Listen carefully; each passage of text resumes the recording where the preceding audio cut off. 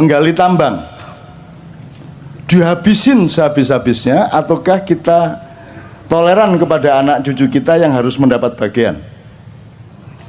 Saya tanya, regulasi pemerintah selama ini pakai saum apa tidak? Tidak. Jadi puasa tidak pernah diingat oleh para stakeholder, apa pertambangan atau apapun saja. Padahal selamatnya manusia hanya kalau dia mengerti puasa. Mas, ternyata rapat kabinet, rapat DPR, rapat Pemprov, nomor satu adalah menyadari di mana, kapan, seberapa puasa harus dilakukan, benar nggak? Dan itu tidak pernah menjadi kesadaran negara kita. Itu makanya nggak usah terlalu percaya. Itu. Kamu milih yang baru yang kayak apapun ternyata juga nggak puasa. Kan sudah berkali-kali toh. Itu. Tapi saya dengan penuh kesabaran mendengarkan perdebatan mengenai hal-hal yang saya sudah lama tidak percaya. Tapi tidak ada masalah. Tidak ada masalah. Saya sangat sabar untuk mendengarkan hal-hal yang ngopo cah-cah. Oke. Ya aku ndak anti, aku lapo anti-anti. Gitu loh. Antimo tak. Dari dulu kan saya sudah ndak setuju. Lah yang dulu milih siapa? Lah kok sekarang sambat ke sini? Lah yang milih Jokowi dulu siapa? Lah kok sekarang dibicarakan di sini? Kita di sini syahadatnya jelas. Allah, Muhammad, yang lain nanti dulu. Kan begitu? Kan jelas. Kita ndak ganggu, silakan mau kamu ambil, mau kulum, kok mut, kok kerakoti, ndak karepmu. Tapi kalau kita disuruh mengakui itu urusan lain. Gitu loh. Kalau yang diakui itu sudah cetok, bojoku tak akoni, bapakku tak akoni, Gusti Allah tak akoni, Kanjeng Nabi tak akoni, anakku tak akoni, ya toh, konco-konco tak akoni, liyane kok sih. Nanti dulu, apamu, apaku awakmu itu, kok aku kudu ngakoni awakmu, kan gitu. Jadi aku ya seneng-seneng aja ngrungokno cacakne, ya seneng-seneng. Tapi ya gak ono gunane ngomongin gini. Anda punya kehendak, saya punya kehendak, dan Allah punya kehendak, dan Allah menyatakan percayalah bahwa yang berlaku adalah kehendak Allah Subhanahu wa taala. Nah, jadi saya mohon sama Allah, ya Allah ini anak-anak udah setor takbiran. Jadi tolonglah yang punya keinginan-keinginan yang sudah ngempet itu dikabulkan. Amin. Gitu ya. Amin ya rabbal alamin. Oke, pertama. Jadi kita resume sedikit pengetahuan dasar mengenai takbir, puasa, Idul Fitri, hari raya dan seterusnya. Beberapa hal aja ya untuk nginget-inget aja. Biasanya kalau Idul Adha itu takbirannya bisa sebulan penuh. Tapi kalau Idul Fitri sehari. Artinya sesungguhnya Id yang lebih agung di mata Allah itu Idul Adha, bukan Idul Fitri. Itu ya. Jadi kita agak terbalik. Ya tapi tidak apa-apa, Indonesia terbalik itu sudah kerjaannya ya, terutama di bidang politik dan pemerintahan.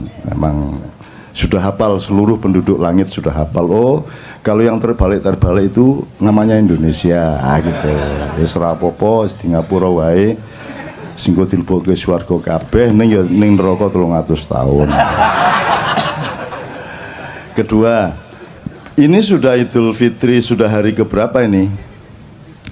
Hari ke-7 kok kita masih takbiran, ini normal enggak? Enggak pernah toh biasanya, tapi masih boleh enggak? Takbiran tuh tiap hari juga boleh. Kalau perlu Anda tiap hari takbiran gitu ya. Jadi biarin orang kampung anggap Anda orang gila, memang gila.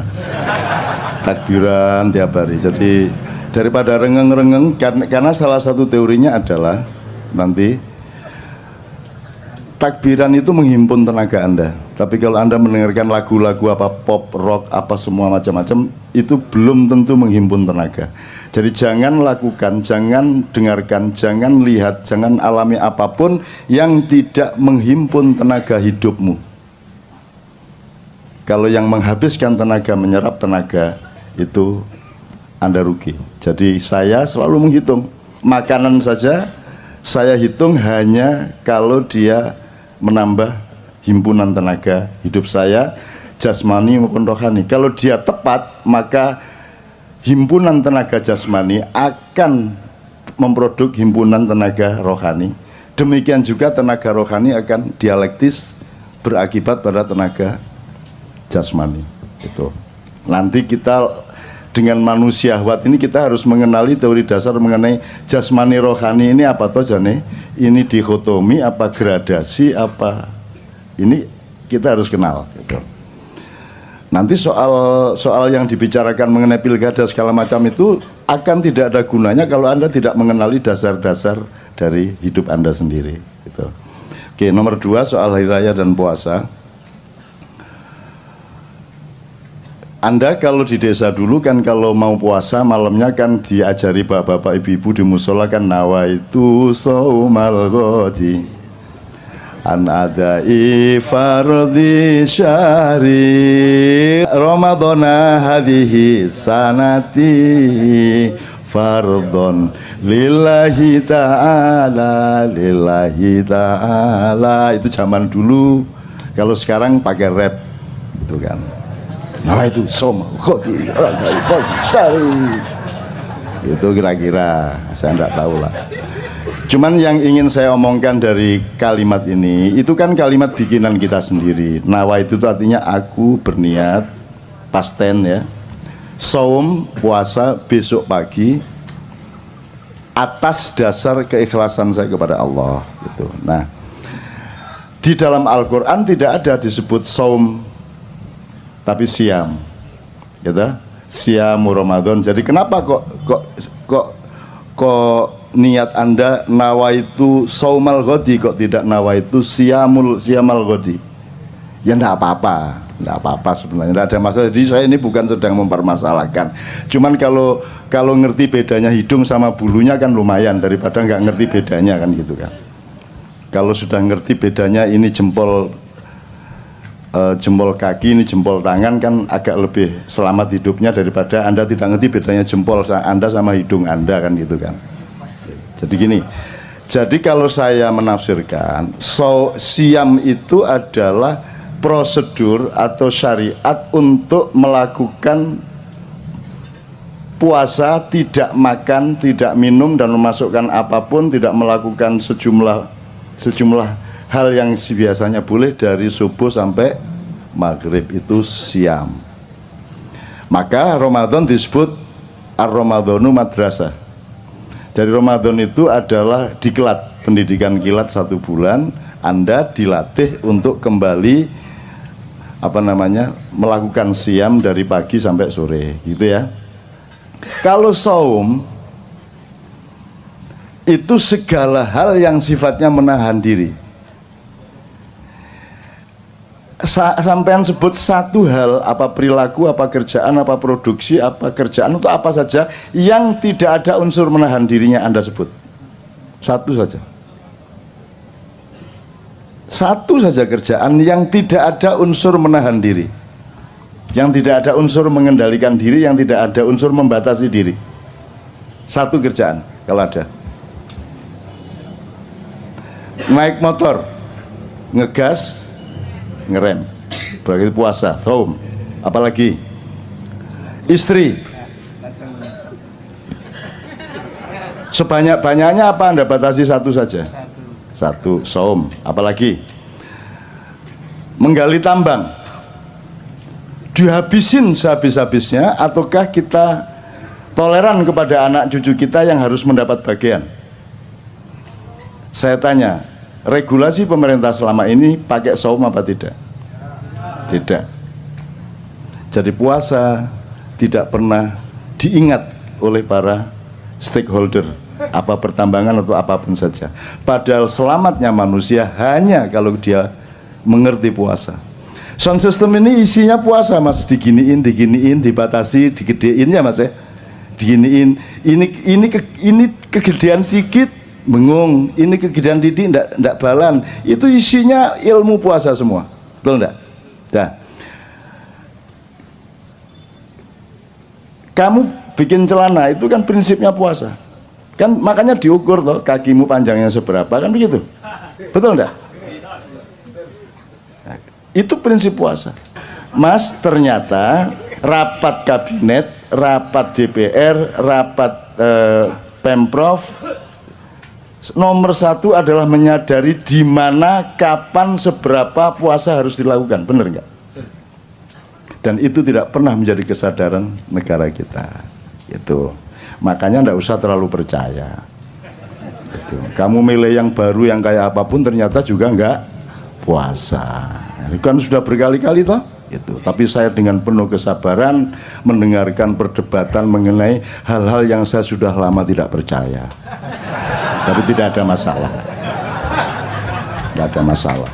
Saya sangat sabar untuk mendengarkan hal-hal yang ngopo cah-cah. Oke, ini udah jangan terlalu panjang, nanti jadi ceramah puasa. Jadi ngerti bedanya saum sama siam ya. Keselamatan hidupmu, bahkan kaya tidaknya hidupmu tergantung pada kecanggihanmu di dalam menentukan kadar puasamu di dalam pekerjaan, dalam jualan segala macam. Anda jualan bebek goreng, mentang-mentang laris, maka sampai jam 3 malam Anda masih ladeni. Jadi akhirnya beli bebek lagi untuk supaya Anda bisa goreng lagi. Tapi percayalah, kalau Anda melampiaskan, kalau Anda berhari raya tiap hari di warung Anda, maka usia warung Anda juga tidak akan lama. Kalau Anda membatasi jamnya, pokoknya saya cuman jualan bebek paling banyak 50 atau paling banyak 25, habis tutup. Kayak ceker di Solo, kalau Anda lewat Solo, itu buka jam 2 malam, tutup jam 5 pagi. Dah. Pokoknya jam 5 pagi tutup. Pokoknya jam 2 baru buka. Meskipun sudah antri sejak jam 11, pokoknya jam 2 tutup. Kalau Anda punya prinsip puasa seperti, maka Anda memiliki kecenderungan terhadap keawetan atau keabadian. Begitu.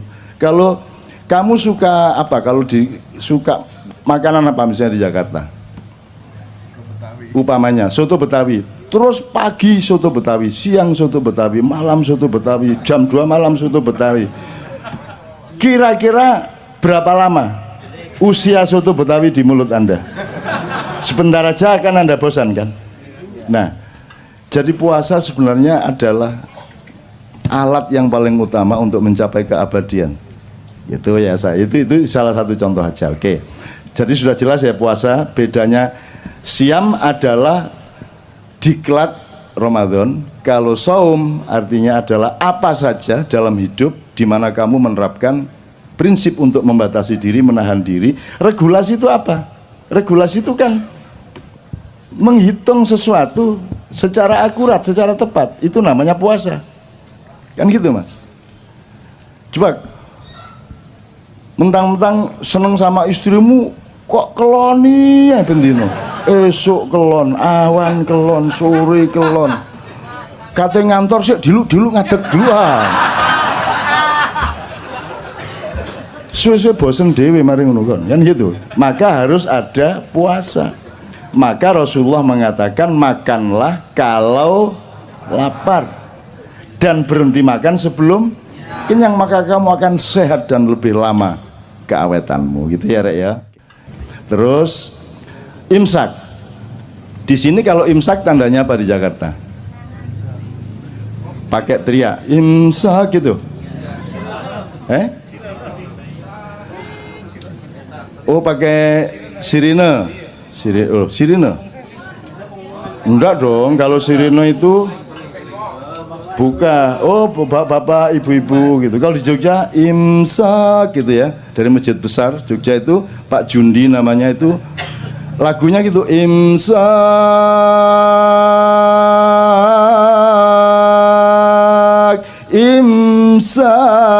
gitu sejak zaman dulu.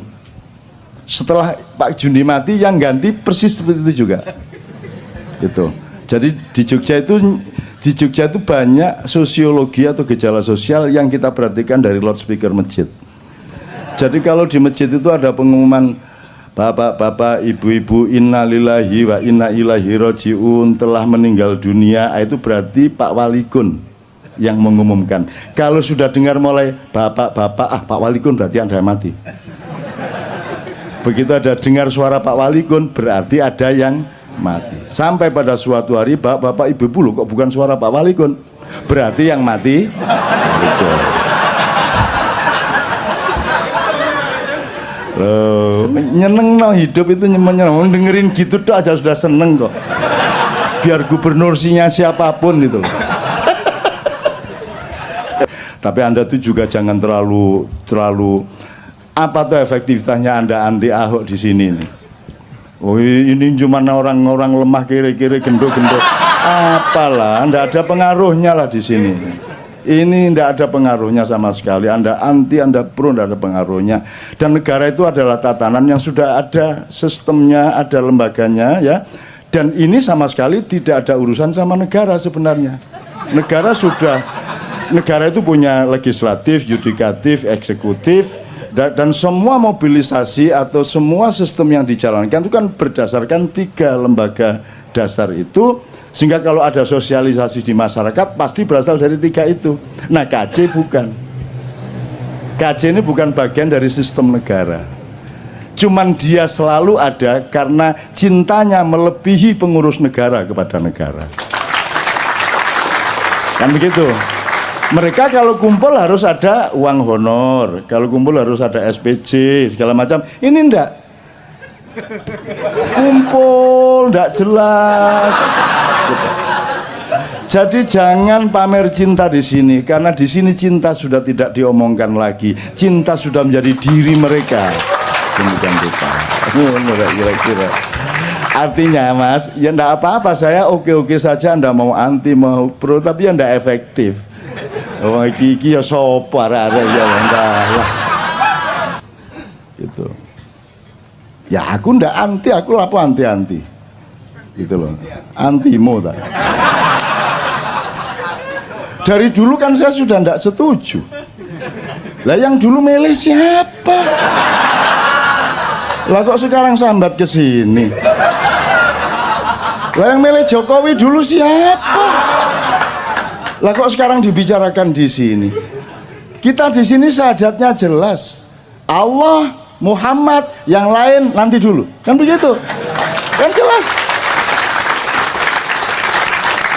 Kita ndak ganggu, silakan mau kamu ambil, mau kulum, kok emut, kok kerakoti, ya karepmu. Tapi kalau kita disuruh mengakui itu urusan lain. Gitu loh. Kalau yang diakui itu sudah cetok, bojoku tak akoni, bapakku tak akoni, Gusti Allah tak akoni, Kanjeng Nabi tak akoni, anakku tak akoni, ya toh, konco-konco tak akoni, liyane kok sih. Nanti dulu. Apamu? Apaku awakmu itu? Kok aku kudu ngakoni awakmu? Kan gitu. Jadi aku ya seneng-seneng ae ngrungokno cacakne, ya seneng-seneng. Tapi ya gak ono gunane ngomong-ngomong ngene. Tapi wis ya, tapi jadi ini yang namanya kenduri cinta loh. Kita ndak anti, kita cuma ngomong kok. Jadi tak tambah dikit ya. Ini puasa belum selesai loh ya. Ini puasa belum. Artinya saya ngomong puasa belum selesai. Oke, kita belok ke sini sedikit, sekedar untuk referensi. Jadi iblis itu dulu kan gelisah. Loh, ini Adam, kata Allah kan diciptakan sebagai khalifah di bumi. Kan gitu. Ini ja'ilun fil ardi. Lah kok ditaruh di surga? Siapa ini? Siapa yang naruh di surga? Bener nggak? Kan di bumi. Kok di surga? Yang cemas malah iblis. Aneh toh. Jadi yang taat sama Allah sebenarnya siapa? Bingung tak gak kon ya. Nah akhirnya iblis berusaha bagaimana caranya melakukan subversi untuk masuk surga, berusaha supaya membawa Adam ke tempat yang seharusnya, kan begitu, sesuai dengan pilkada dan hasil-hasilnya, kan gitu. Nah ternyata begitu dia mau masuk surga ada naga sangat besar. Wah ini ngelawan naga agak lama juga ini. Akhirnya si iblis pakai ilmu sirep. Terus si ininya ngantuk, naganya terus menguap. Begitu naga menguap, iblis masuk mulutnya, bleng. Terus dia lari pagi di dalamnya, cuk, menunggu si naga nanti beol. Terus dia ikut tainya. Begitu keluar, ekor naga itu ada di dalam surga. Oh no, baru dengar. Oh, saya juga ngarang kok ya. Loh, tapi silakan bantah kalau bisa. Terus begitu masuk surga ternyata ada pasukan lain. Pasukannya tuh burung-burung, terutama burung-burung merak. Tapi itu dah tidak saya ceritakan. Pokoknya intinya sampailah dia ke Adam. Emang Adam makhluk bodoh sehingga bisa dipengaruhi iblis? Kan Allah mengatakan inna khalaqnal insana fi. Adam lebih unggul apa lebih rendah dari iblis? Lebih unggul. Ahsani takwim, dia sebaik-baik ciptaan, masterpiece-nya Allah. Masa bisa dipengaruhi iblis? Terus digoda iblis? Ayo, nggak bisa. Upama saya aja nggak bisa kok digoda iblis kok. Cuman iblis ini pinter, dia pernah kuliah di IKJ. Jadi iblis menciptakan kostum persis seperti malaikat Jibril. Terus dia pakai, pokoknya penampilannya persis Jibril sehingga Adam, wahai Baginda, ada apa gerangan? Baginda menemui aku, gitu kan. Terus diterima oleh Adam karena yang datang menurut Adam itu Jibril. Terus si Jibril palsu ini tidak menjawab, dia cuman menyeret tangannya Adam untuk mendekati sebuah pohon.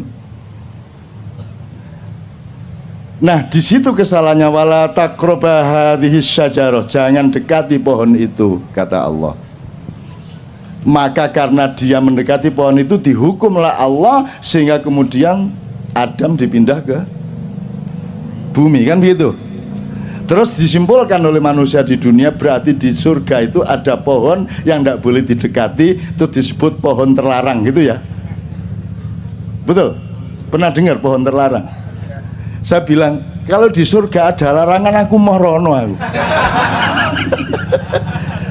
Surga tidak ada larangan dong. Tidak ada pohon terlarang. Pasti harus ada analisis yang lain, bukan pohon larangan. Loh, kalau di surga ada larangan namanya bumi. Ini jangan, itu iya, sengsu jangan. Ngerti sengsu? Oseng-oseng asu.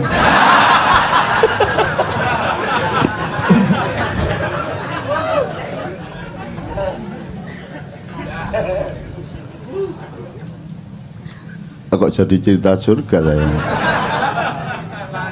Oke, gini teman-teman sekalian, supaya Anda itu gini, saya itu tidak bilang bahwa yang saya omongkan itu benar. Saya itu ingin memberantas GR-nya setiap manusia di dunia, bahwa begitu dia ngomong, meskipun dia yakini, dia pikir itu benernya bener. Padahal setiap yang kita omongkan itu kebenaran relatif, dan mungkin nanti sore, besok pagi kita menemukan kebenaran yang lebih benar, betul enggak? Jadi semua yang saya omongkan itu juga jangan dianggap benar. Bahan saja, siapa tahu melalui omongan ngawur saya itu Anda oleh Allah diberi hidayah untuk menemukan kebenaran. Kan gitu. Jadi jangan percaya sama saya. Sebodoh-bodoh manusia adalah yang percaya kepada saya. Salahmu dewe. Terus nanti Anda masuk surga, ini saya gara-gara percaya sama Cak Nun. Salahmu dewe, kata malaikat Malik. Saya melakukan itu karena saya percaya sama, kenduri cinta sama Cak Nun. Terus jare Malik, ya salahmu dewe, arek dapure koyo ngono kok percaya kan gitu. Jadi jangan percaya saya kesini ini tidak supaya Anda percaya sama saya kesini ini mengajak Anda untuk percaya yang wajib dan sah dan tepat untuk kita percaya, yaitu Allah dan Rasulullah SAW. Salam ngono ya caranya ya. Oke, kembali ke iblis. Jadi pohon itu bukan pohon larangan, itu pohon. Jadi coba sekarang Anda referensinya gini. Allah itu di Quran asalkan dia memberi gambaran sesuatu mengenai misalnya kalimat yang baik, peradaban yang baik, kebudayaan yang baik, pemerintahan yang baik, selalu pakai pohon. Wa mathalu kalimatin thayyibatin kasyajaratin thayyibatin atluha tsabit wa far'uha fis sama. Kan gitu. Jadi pohon itu selalu menjadi idiomatiknya Allah untuk menggambarkan sesuatu. Jadi pohon yang didekati Adam itu karena Adam masih baru akan sekolah di dunia. Kamu jangan dekat-dekat kepada pohon yang kamu tidak akan paham. Itu S3-nya surga. Jadi bukan larangan. Gitu loh. Kamu wali kota belum selesai kok kamu sudah gubernur. Gubernur baru sebentar kok sudah presiden. Tak datengin iblis loh nanti. Kira-kira loh ya. Ya aku nggak ngomongin siapa-siapa, aku cuma memberi gambaran-gambar bahwa asosiasimu ke sana memang benar. Tapi kan saya nggak ganggu toh, saya kan nggak ganggu, saya nggak pernah ngapa-ngapain, saya oke-oke saja. Saya tidak ada urusan sama dunia ini, kamu telan semuanya, aku nggak ada masalah. Gitu loh. Kalau aku anti korupsi, aku tidak eman emasnya, tidak eman duitnya. Tidak boleh aku eman duit atau emas. Yang aku eman adalah kenapa engkau berbuat jahat sehingga akan merugikan dirimu, merugikan anakmu, keluargamu dan masa depanmu di depan Allah Subhanahu wa taala. Kan gitu. Oke. Yuk, iblisnya sudah ya. Teman-teman sekalian, kita kembali ke puasa. Jadi sekarang imsak tadi ya. Imsak. Jadi imsak itu kapan waktunya? 10 menit sebelum azan subuh. Coba ini jawaban kayak begini ini bagaimana coba? Coba ini pekok banget orangnya. Lah masa dire imsak itu waktunya kapan? Dia bilang 10 menit sebelum azan subuh. Coba bagaimana tuh jawabannya? Imsak itu dari subuh sampai maghrib. Bagaimana sih? Imsak itu artinya Anda membatasi diri, menahan diri. Tumsiku, Anda mengendalikan. Imsak itu pengendalian. Jadi imsak itu waktunya dari subuh ke maghrib. Ayo kok tadi jawabnya 10 menit sebelum zuhur. Lara-ara ini. Loh, wong kamu itu urusan satu kata belum beres mau ngurusi Ahok, itu bagaimana? Ya enggak apa-apa, ini guyon deh. Jauh cinta tanpa guyon itu kan bagaikan roti tanpa sambel ya apa gitu. Gitu ya Mas ya. Maka sebenarnya saya sayang sekali kemarin Ramadan tidak bisa ke KJ karena giliran sama Leto sama Noe. Sebenarnya saya ingin kasih saran Anda untuk melakukan ijtihad dan eksperimentasi di masjid Anda masing-masing di kampung. Jadi imsak itu ketika 10 menit sebelum subuh itu kan memperingatkan sebentar lagi kamu harus menahan diri.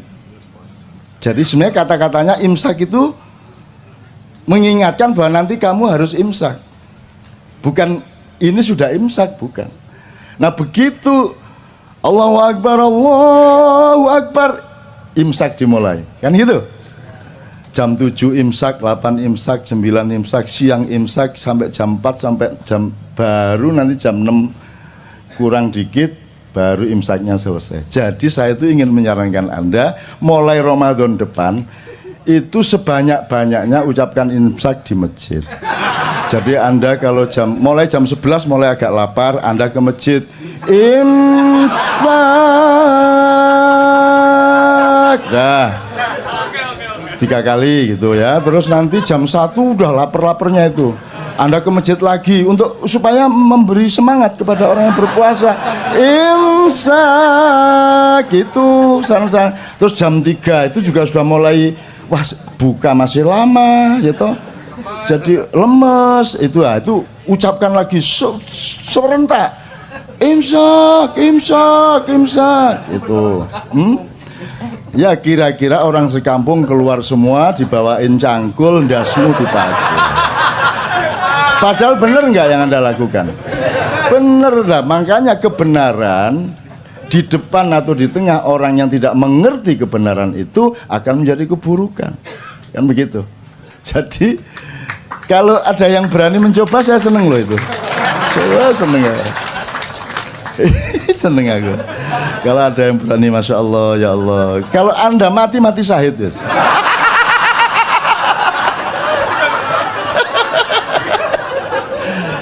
Oke, dah kita selesaikan soal hari raya dan puasa ya. Puasanya masih banyak. Saya banyak nulis tentang puasa akhir-akhir ini juga. Saya juga punya buku yang kemarin sangat diandalkan di toko buku itu, dan Tuhan pun berpuasa.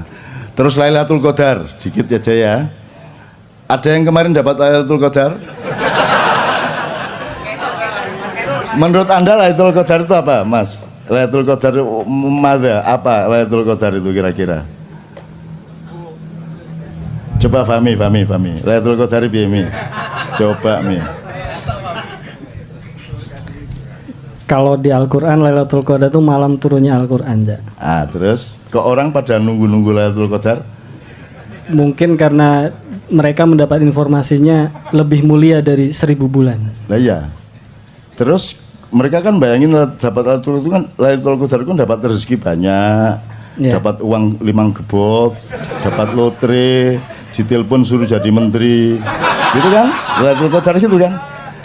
Tidak ada yang namanya Lailatul Qadar diturunkan dari langit. Yang ada Quran diturunkan, dan ketika Quran diturunkan maka malam itu menjadi Lailatul Qadar. Jadi Lailatul Qadar itu tempatnya, wadahnya, momentumnya, bukan barang yang turun dari langit. Yang turun dari langit adalah Al-Quran. Lah kok kamu menunggu Lailatul Qadar, wong Quran sudah turun dari dulu kok. Kan itu ya apa karepmu? Kok nunggu ini malam ganjil loh, ini Lailatul Qadar. Lah Qurannya udah turun dari dulu kok. Kok kamu tunggu-tunggu? Iki sebenarnya bagaimana pengertiannya ini?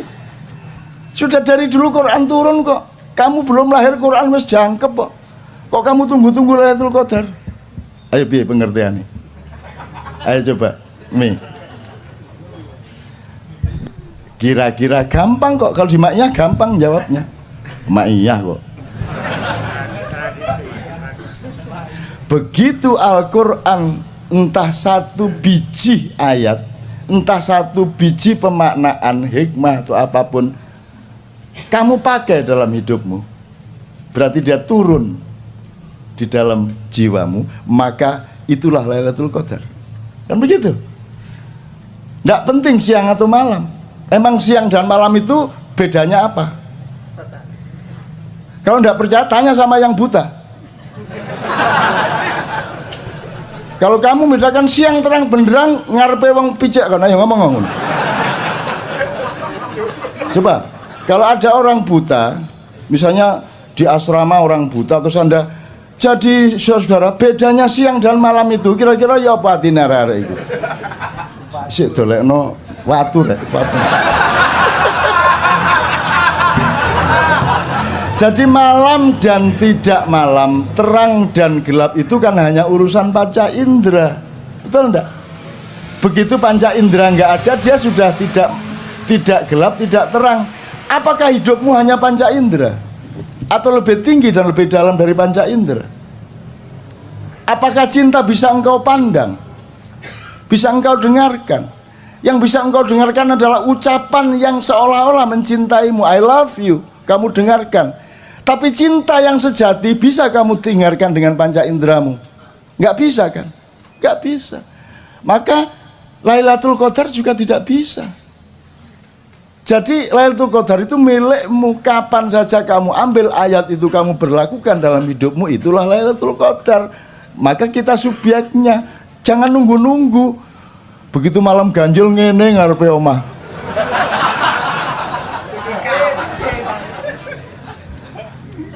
Ditekani jin kapok kono. Itu Lailatul Qadar. Sekarang kita cicil lagi, ini seneng aku gudong-gudong ini. Lah ya wong kok ngawur ae. Seneng. Saya tanya, jadi kamu seneng tanggal 1 Syawal itu? Kok seneng? Berarti kamu mangkel loh sama Ramadan. Kurang ajar gak oleh mangan. Yancuk arek-arek ini. Akhirnya Idul Fitri ya kan gitu kan. Lah kok kamu di WA ngakunya Ramadan, jangan tinggalkan aku. Ndak semua. Ayo. Lah kok kamu bilang hari raya, berarti kamu sedang merayakan sesuatu. Apa yang kamu rayakan? Ngaku aja. Yang kamu rayakan pada satu Syawal itu apa? Karena kamu pagi-pagi boleh ngopi itu kan, gitu. Ngaku aja. Lah iya. Terus mari ngono konser. Sedih hatiku. Karena Ramadan akan berlalu. Nek Ramadan iso ngomong langsung taek.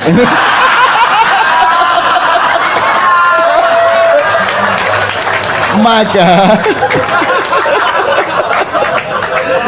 jadi fitri itu ada dua makna epistemologisnya, harfiahnya. Satu, fitri dalam arti keaslian, genuinitas, originalitas, kefitrian, aslimu itu seperti itu.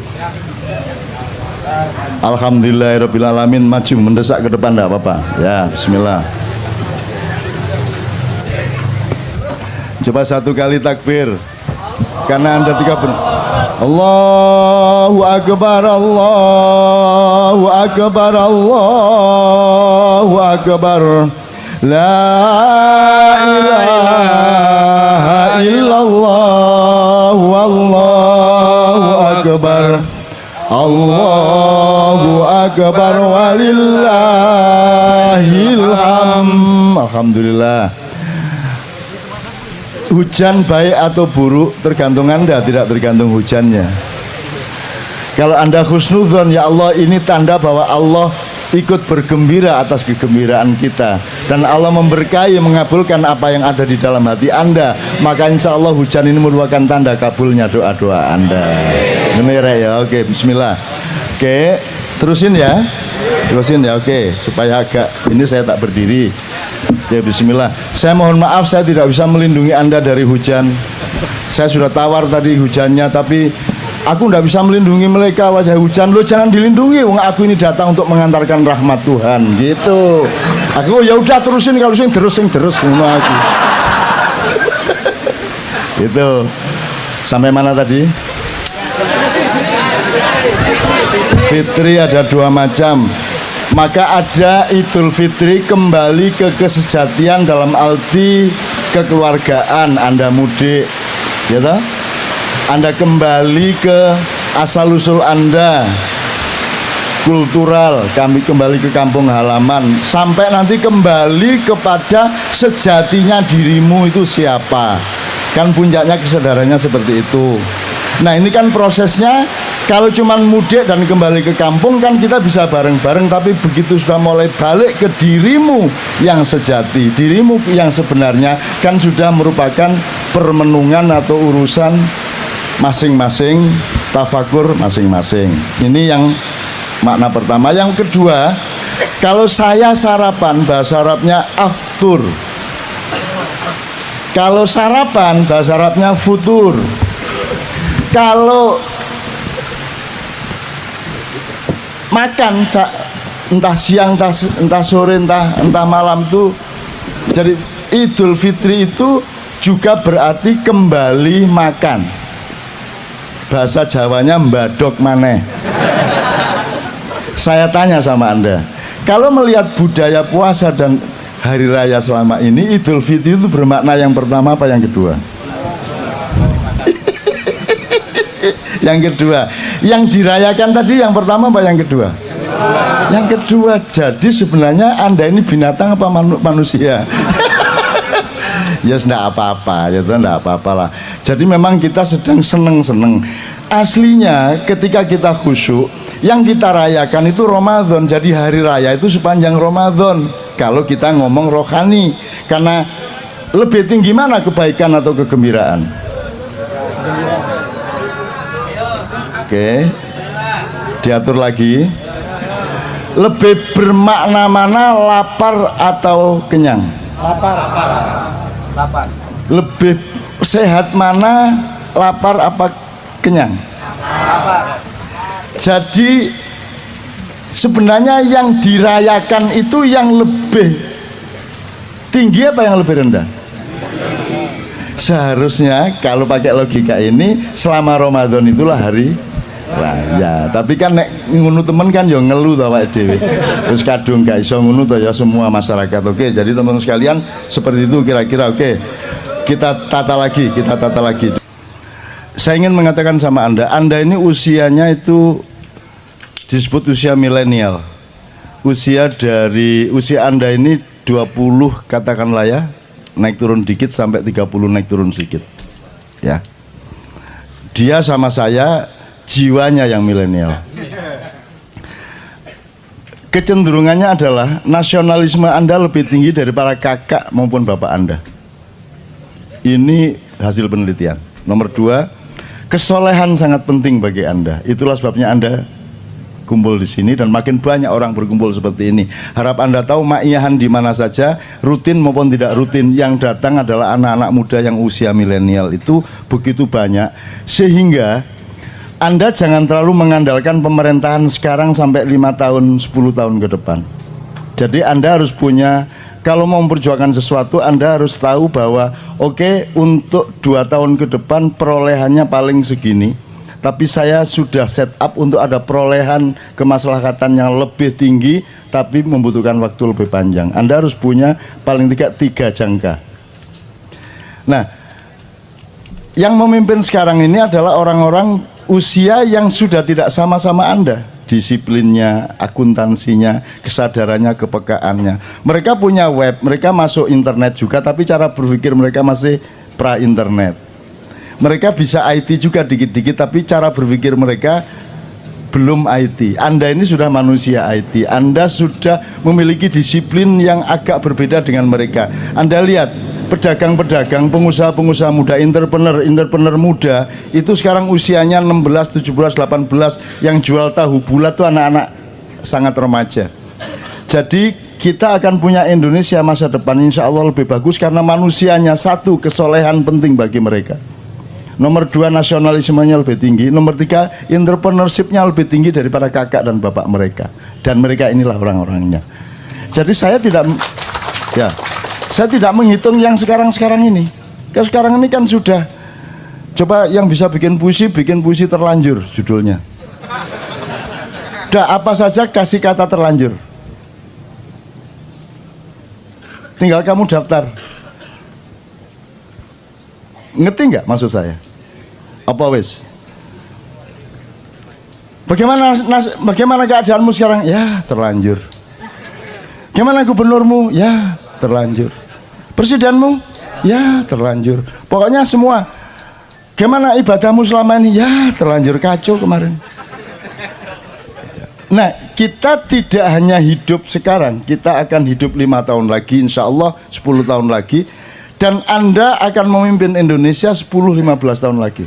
Dan Indonesia akan pasti lebih baik. Dan mereka yang sekarang menguasai Anda tidak dengan mudah seperti mereka menguasai pemimpin-pemimpinmu hari ini. Mereka sekarang hamba sahaya dari dragon-dragon. Tapi Anda bukan hamba sahaya. Anda adalah manusia Indonesia baru. Anda punya cara berpikir. Jadi kan saya pernah pesan 4 ya. 1, akidah dan akhlak. Jadi ketuhanan dan moralmu harus beres. Nomor 2, Anda harus militeristik kepada diri Anda. Berani kerja keras, berani kurang tidur. Dan Anda saya latih toh untuk tidak tidur. Ya toh? Seluruh Indonesia loh ini kayak gini nih. Sampai sekarang anak SMP, anak SD sudah ikut ma'iyahan. Dan jam 3 pagi masih gitu. Anak SD. Ya, Anda lihat sendiri di mana-mana, di Gresik, di Malang, di mana begitu. Anda Kopassus, Anda Denjaka. Anda punya jiwa militer kepada dirimu sendiri, tapi Anda adalah penyayang kepada orang lain. Itu ya, itu syarat yang kedua. Syarat ketiga, Anda harus paham akuntansi. Anda harus punya muhasabah. Anda punya perhitungan berbeda dengan kemarin. Sekarang anak-anak masih kuliah sudah bisa kaya raya melalui bisnis online, melalui ada inovasi-inovasi baru, panganan macam-macam. Baru-baru semua, betul enggak? Ono kodok campur gatul, ono wah semua macam-macam. Wah, makanan baru macam-macam. Itu jangan dilihat makanannya, dilihat bahwa ada gejala kreativitas baru pada anak-anak muda. Dan itu di mana-mana, Mas. Di mana-mana, Mas. Anda ke Jogja sekarang, itu perkembangannya 3-4 kali lipat dibanding 5 tahun yang lalu. Karena anak-anak muda. Makanya saya senang ketemu Anda supaya saya tidak terlalu ketinggalan zaman. Dan saya sedang ngecek diriku, kalau aku masih kompatibel padamu, berarti aku masih tidak saya nggak kudet. Lawannya kudet apa? Jadi saya juga tidak boleh, saya juga harus bisa ngoprek. Saya juga harus smartphone. Nggak hanya jailbreak. Itu saya install Android di iPhone. Mau apa kamu? Kamu pikir nggak bisa? Kamu pikir nggak bisa? Kamu jangan terlalu remehkan saya. Saya dulu ketika komputer baru mulai, kira-kira 90-an pertengahan, itu baru DOS. Jadi komputernya gede, disketnya tuh gede gini, 256 kilobyte. Itu untuk DOS, masukin nanti C-prom ditarik, masukin CD WS atau C-write untuk ngetik tik. Belum ada mega. Setahun kemudian baru ada disket 1,2 megabyte. Dan yang bisa cuma saya di seluruh kantor Detik waktu itu. Bukan detik.com ya, detik waktu detik manual. Dan ini karena teman-teman enggak mau belajar, pokoknya saya yang dimintai tolong untuk booting DOS, setelah itu masukin C-write atau Anda kan nggak pernah tahu WS sama C-write. Pernah tahu dulu ya. Terus kalau di DOS itu kan ada aransemen, ada auto exec.bat.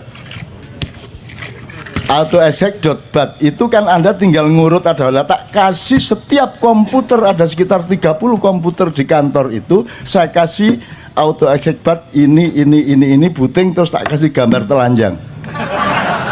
Jadi begitu booting jeglek langsung mudo. Cak piye iki? Loh.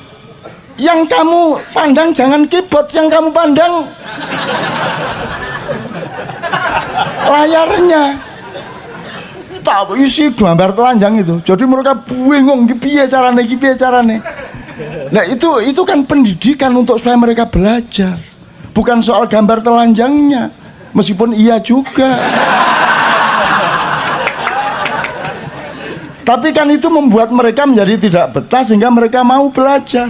Artinya saya belajar terus, teman-teman sekalian. Saya belajar terus sampai hari ini. Pekerjaan yang paling update sekarang saya juga belajar. Saya tidak akan pernah belajar. Saya seorang pembelajar gitu loh ya. Oke, jadi dari lagu Anda tadi saya optimis karena kesolehan penting untuk Anda. Maka tolong sekarang informasi tentang kesolehan ini tolong dibenahi, tolong dimatangkan, tolong diproporsionalkan, karena sekarang kesolehan itu disalahpahami melalui simbolisme. Bahwa kesolehan itu adalah orang yang rajin sholat, benar juga, tapi tidak cukup. Kesolehan adalah orang yang pakai baju koko. Kesolehan adalah orang yang pakai peci dan seterusnya. Oke, itu indikator kesolehan, tapi kesolehan sebenarnya harus dicek melalui empirisme, pengalaman, dan bukti-bukti sosial dari perilakunya, kan begitu. Jadi kesolehan tolong dipelajari. Soleh itu apa? Dalam Quran ada soleh, kan artinya baik.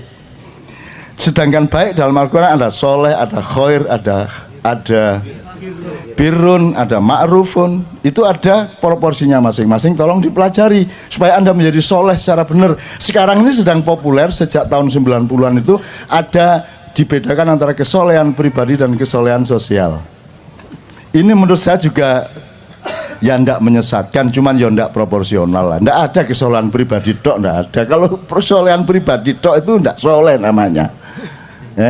Kalau kesolehan itu dia ya individual ya sosial kan begitu. Ndak bisa kok sendirian, ndak bisa. Gitu loh teman-teman sekalian. Ndak bisa cinta Tuhan tidak cinta istri, itu ndak bisa. Masa ada yang mengatakan kalau perlu selama Ramadan jangan ketemu manusia, kita hanya ketemu Allah. Ada yang mengatakan begitu? Ada toh? Gendeng arek. Bagaimana mungkin engkau gimana? Masa engkau ketemu Allah tidak ketemu manusia? Emang Allah siapa sehingga kamu lupa pada manusia? Allah tersinggung kalau engkau ketemu Allah dan kamu lupa pada manusia. Hei, manusia itu ciptaanku, kenapa engkau datang kepadaku dan melupakan ciptaanku? Nggak bisa. Kita lihat daun aja ketemu Allah, lihat Allah ketemu manusia, lihat Allah ketemu sungai, kan begitu.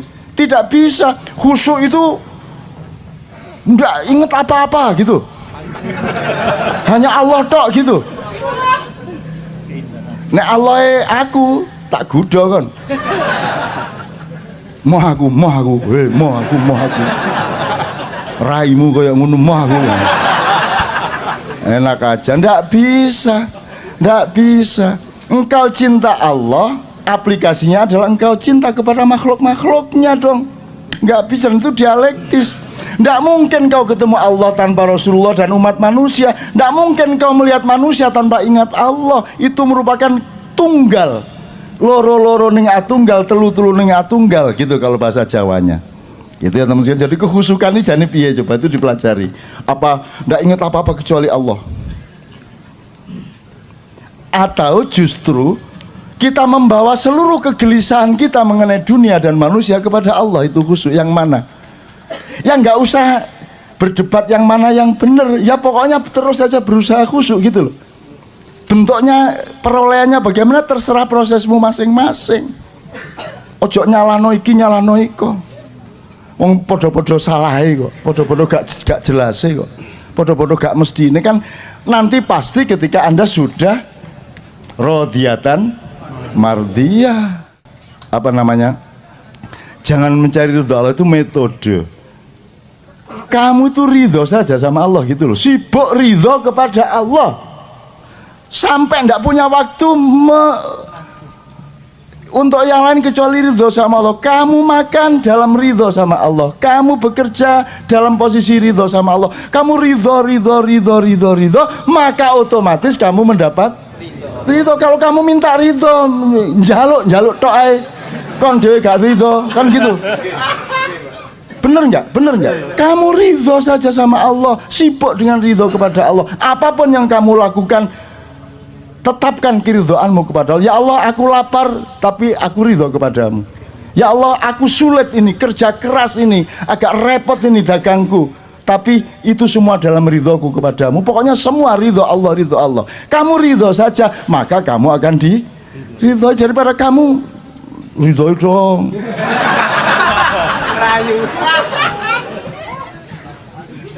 ngerayu kayak orang Madura. Sing Madura, Gusti Allah dirayu-rayu. Sampean niku. Ndak saya teruskan, nanti habis waktunya. Oke, bisa mereka. Sudahlah, orang Indonesia sekolahkan apa saja mereka bisa melakukan. Makanya pendidikan kurang bagus sebenarnya tidak terlalu masalah untuk bangsa Indonesia, karena Anda punya bakat yang luar biasa. Anda ini aksani takwim nomor 1 di seluruh dunia. Gitu loh, tenanan ini. Tentara Indonesia itu di seluruh dunia kalau tugas internasional disukai semua penduduk di sana. Karena tentara Indonesia tidak hanya pinter perang, menembak dan berkelahi, mereka pinter ngomong anak, mereka pinter ngeliwet, iso nyewoi bayi, iso dandani genteng, mereka bisa apa saja, selawatan pinter, betul enggak? Tentara Indonesia, orang Indonesia penuh bakat.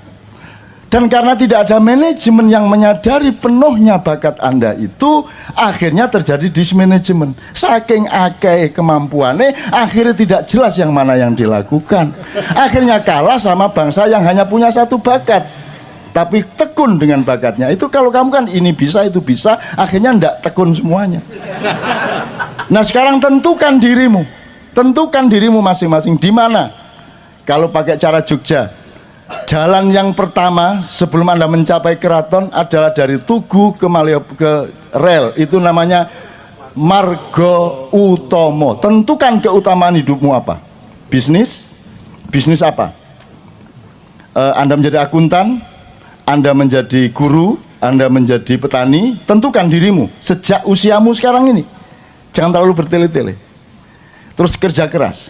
Kalau Anda sudah menemukan keutamaan hidupmu, baru Anda mulai menguji dirimu dalam kerja yang namanya maliyoboro, dadio wali sing ngumboro. Jadilah waliullah yang mengembarai kehidupan. Ngelmu kui kelakone ganti laku. Itu bukan berarti karena ilmumu itu baru bermanfaat kalau kamu melakukan. Enggak, maknanya enggak gitu. Kamu itu dapat ilmu karena kamu melakukannya.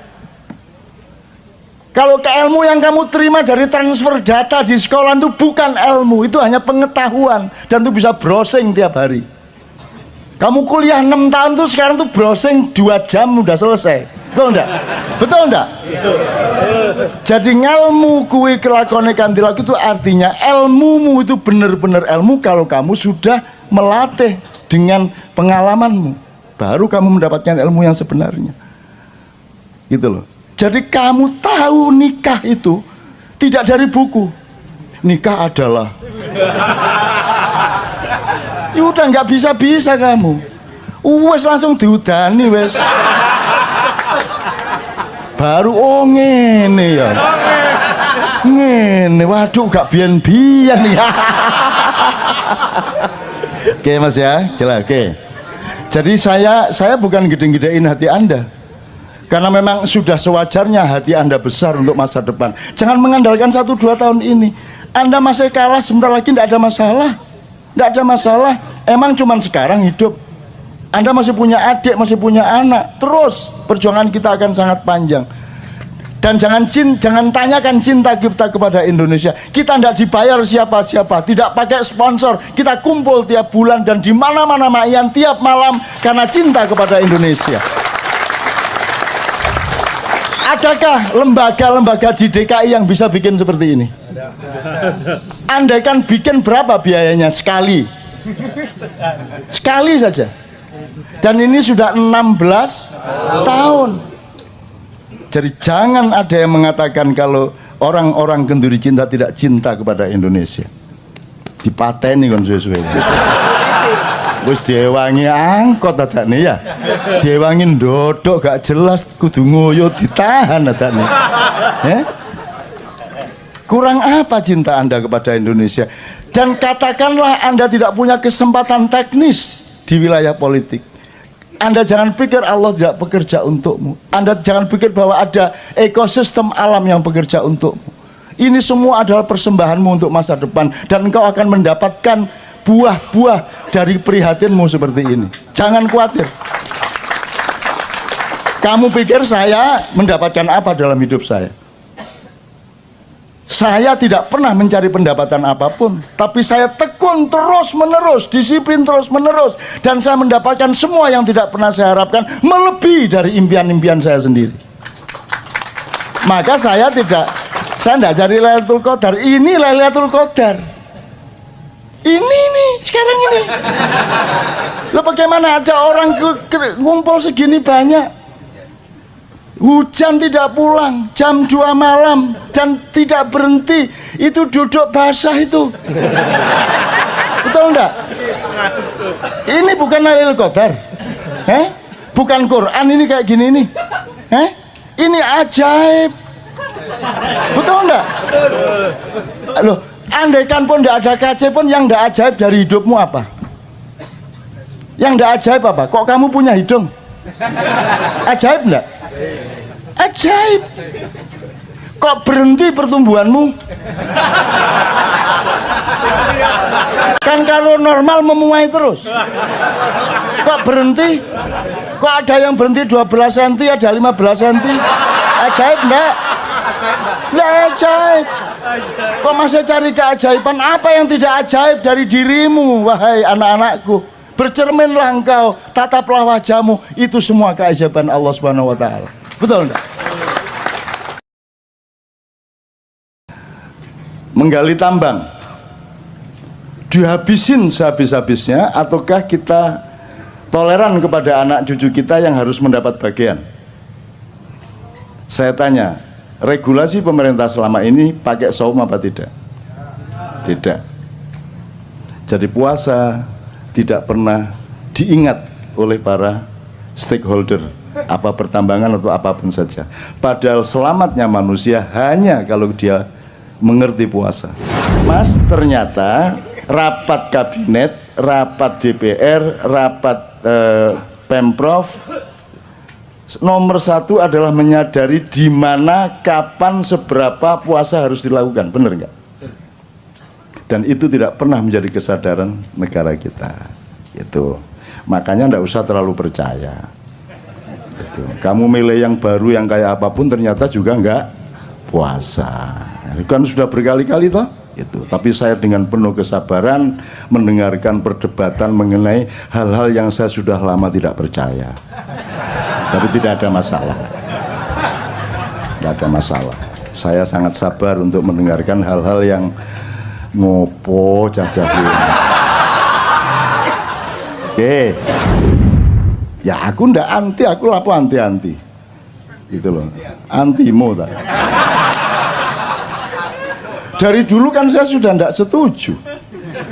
Lah yang dulu milih siapa? Lah kok sekarang sambat ke sini? Lah yang milih Jokowi dulu siapa? Lah kok sekarang dibicarakan di sini? Kita di sini syahadatnya jelas. Allah, Muhammad, yang lain nanti dulu. Kan begitu? Kan jelas. Kita ndak ganggu, silakan mau kamu ambil, mau kulum, kok emut, kok kerakoti, lah karepmu. Tapi kalau kita disuruh mengakui itu urusan lain. Gitu loh.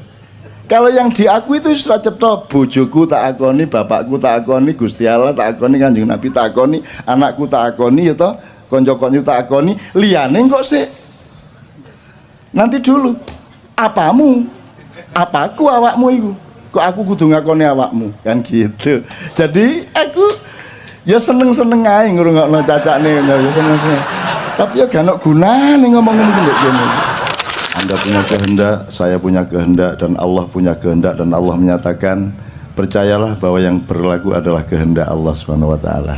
Nah, jadi saya mohon sama Allah, ya Allah ini anak-anak udah setor takbiran. Jadi tolonglah yang punya keinginan-keinginan yang sudah ngempet itu dikabulkan. Amin. Gitu ya. Amin ya rabbal alamin. Oke, pertama. Jadi kita resume sedikit pengetahuan dasar mengenai takbir, puasa, Idul Fitri, hari raya dan seterusnya. Beberapa hal aja ya untuk nginget-inget aja. Biasanya kalau Idul Adha itu takbirannya bisa sebulan penuh. Tapi kalau Idul Fitri sehari. Artinya sesungguhnya Id yang lebih agung di mata Allah itu Idul Adha, bukan Idul Fitri. Itu ya. Jadi kita agak terbalik. Ya setelah pindah apa-apa, Indonesia terbalik itu sudah kerjaannya ya. Terutama di bidang politik dan pemerintahan. Memang sudah hafal, seluruh penduduk langit sudah hafal. Oh, kalau yang terbalik itu namanya Indonesia. Gitu. Wis ora apa-apa, Singapura wae. Sing go dilebokke swarga kabeh ning neraka 300 tahun. Kedua, ini sudah Idul Fitri, sudah hari keberapa ini? Hari ke-7 kok kita masih takbiran, ini normal enggak? Enggak pernah toh biasanya, tapi masih boleh enggak? Takbiran tuh tiap hari juga boleh. Kalau perlu Anda tiap hari takbiran gitu ya. Jadi biarin orang kampung anggap Anda orang gila, memang gila. Takbiran tiap hari. Jadi daripada rengeng-rengeng, karena salah satu teorinya adalah nanti takbiran itu menghimpun tenaga Anda. Tapi kalau Anda mendengarkan lagu-lagu apa pop, rock, apa semua macam-macam, itu belum tentu menghimpun tenaga. Jadi jangan lakukan, jangan dengarkan, jangan lihat, jangan alami apapun yang tidak menghimpun tenaga hidupmu. Kalau yang menghabiskan tenaga, menyerap tenaga, itu Anda rugi. Jadi saya selalu menghitung. Makanan saja saya hitung hanya kalau dia menambah himpunan tenaga hidup saya, jasmani maupun rohani. Kalau dia tepat, maka himpunan tenaga jasmani akan memproduk himpunan tenaga rohani. Demikian juga tenaga rohani akan dialektis berakibat pada tenaga jasmani. Itu. Nanti kita dengan manusia syahwat ini kita harus mengenali teori dasar mengenai jasmani rohani ini apa toh jane? Ini dikotomi apa gradasi apa? Ini kita harus kenal gitu. Nanti soal yang dibicarakan mengenai pilkada segala macam itu akan tidak ada gunanya kalau Anda tidak mengenali dasar-dasar dari hidup Anda sendiri gitu. Oke, nomor 2 soal hari raya dan puasa. Anda kalau di desa dulu kan kalau mau puasa malamnya kan diajari bapak-bapak ibu-ibu di musola kan nawaitu saumal ghadi an adai fardhi syahri ramadhana hadhihi sanati fardhon lillahi ta'ala itu zaman dulu. Kalau sekarang pakai rap itu kan. Nah itu som khoti itu kira-kira saya tidak tahu lah. Cuman yang ingin saya omongkan dari kalimat ini itu kan kalimat bikinan kita sendiri. Nawa itu artinya aku berniat, pasten ya, saum puasa besok pagi atas dasar keikhlasan saya kepada Allah gitu. Nah di dalam Al-Quran tidak ada disebut saum tapi siam, gitu, siam Ramadan. Jadi kenapa kok niat Anda nawaitu saumal ghadi kok tidak nawaitu siamal ghadi? Ya enggak apa-apa sebenarnya, enggak ada masalah. Jadi saya ini bukan sedang mempermasalahkan. Cuman kalau ngerti bedanya hidung sama bulunya kan lumayan daripada nggak ngerti bedanya kan gitu kan. Kalau sudah ngerti bedanya ini jempol kaki ini jempol tangan kan agak lebih selamat hidupnya daripada Anda tidak ngerti bedanya jempol Anda sama hidung Anda kan gitu kan. Jadi gini, jadi kalau saya menafsirkan siam itu adalah prosedur atau syariat untuk melakukan puasa, tidak makan, tidak minum dan memasukkan apapun, tidak melakukan sejumlah hal yang biasanya boleh dari subuh sampai maghrib, itu siam. Maka Ramadan disebut ar-Ramadhanu madrasah. Jadi Ramadan itu adalah diklat, pendidikan kilat 1 bulan. Anda dilatih untuk kembali melakukan siam dari pagi sampai sore gitu ya. Kalau saum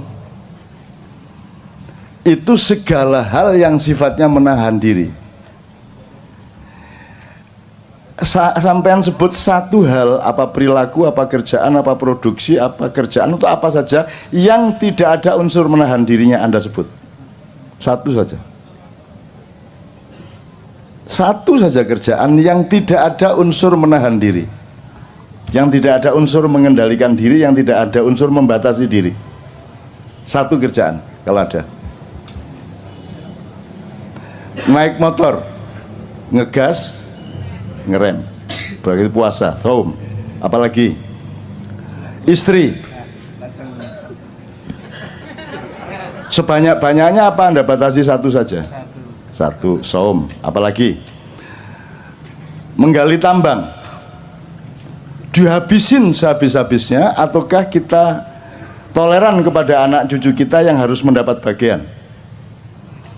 Saya tanya, regulasi pemerintah selama ini pakai saum apa tidak? Tidak. Jadi puasa tidak pernah diingat oleh para stakeholder apa pertambangan atau apapun saja. Padahal selamatnya manusia hanya kalau dia mengerti puasa. Sound system ini isinya puasa, Mas. Diginiin, dibatasi, digedein ya, Mas ya. Diginiin, ini kegedean dikit bengung, ini kegedean dikit ndak balan. Itu isinya ilmu puasa semua. Betul ndak? Dah. Kamu bikin celana itu kan prinsipnya puasa. Kan makanya diukur toh kakimu panjangnya seberapa, kan begitu. Betul enggak? Nah, itu prinsip puasa. Mas, ternyata rapat kabinet, rapat DPR, rapat Pemprov nomor satu adalah menyadari di mana, kapan, seberapa puasa harus dilakukan. Benar enggak? Dan itu tidak pernah menjadi kesadaran negara kita. Itu makanya ndak usah terlalu percaya. Itu. Kamu milih yang baru yang kayak apapun ternyata juga enggak puasa. Itu kan sudah berkali-kali toh. Itu. Tapi saya dengan penuh kesabaran mendengarkan perdebatan mengenai hal-hal yang saya sudah lama tidak percaya. Tapi tidak ada masalah. Tidak ada masalah. Saya sangat sabar untuk mendengarkan hal-hal yang ngopo cah-cah. Oke, ini udah jangan terlalu panjang, nanti jadi ceramah puasa. Jadi ngerti bedanya saum sama siam ya.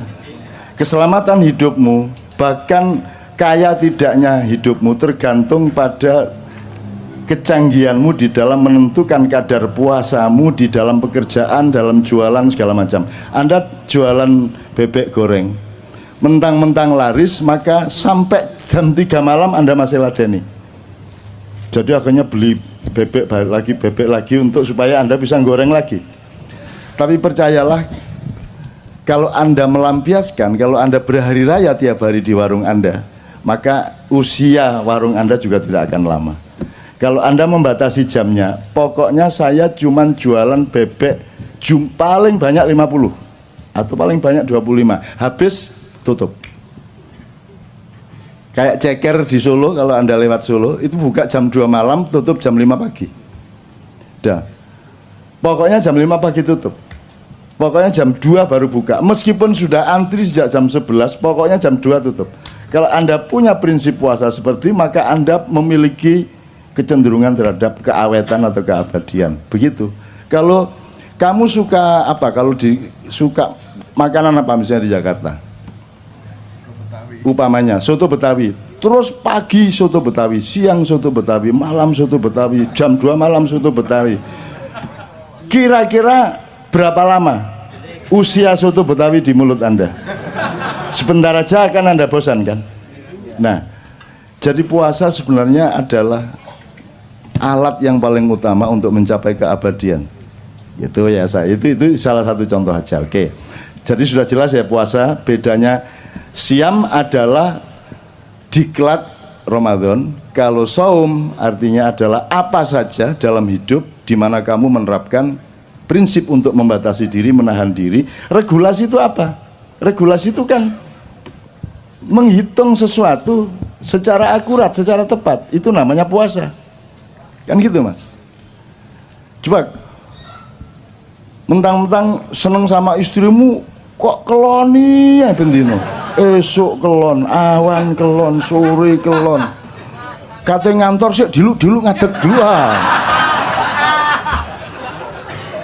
Suwe-suwe bosen dewe mari ngono kan gitu. Maka harus ada puasa. Maka Rasulullah mengatakan makanlah kalau lapar dan berhenti makan sebelum kenyang, maka kamu akan sehat dan lebih lama keawetanmu gitu ya Rek ya. Terus imsak. Di sini kalau imsak tandanya apa di Jakarta? Pakai teriak imsak gitu. Oh pakai sirine. Sirine. Enggak dong, kalau sirine itu buka. Oh bapak ibu-ibu gitu. Kalau di Jogja imsak gitu ya. Dari masjid besar Jogja itu Pak Jundi namanya itu. Lagunya gitu imsak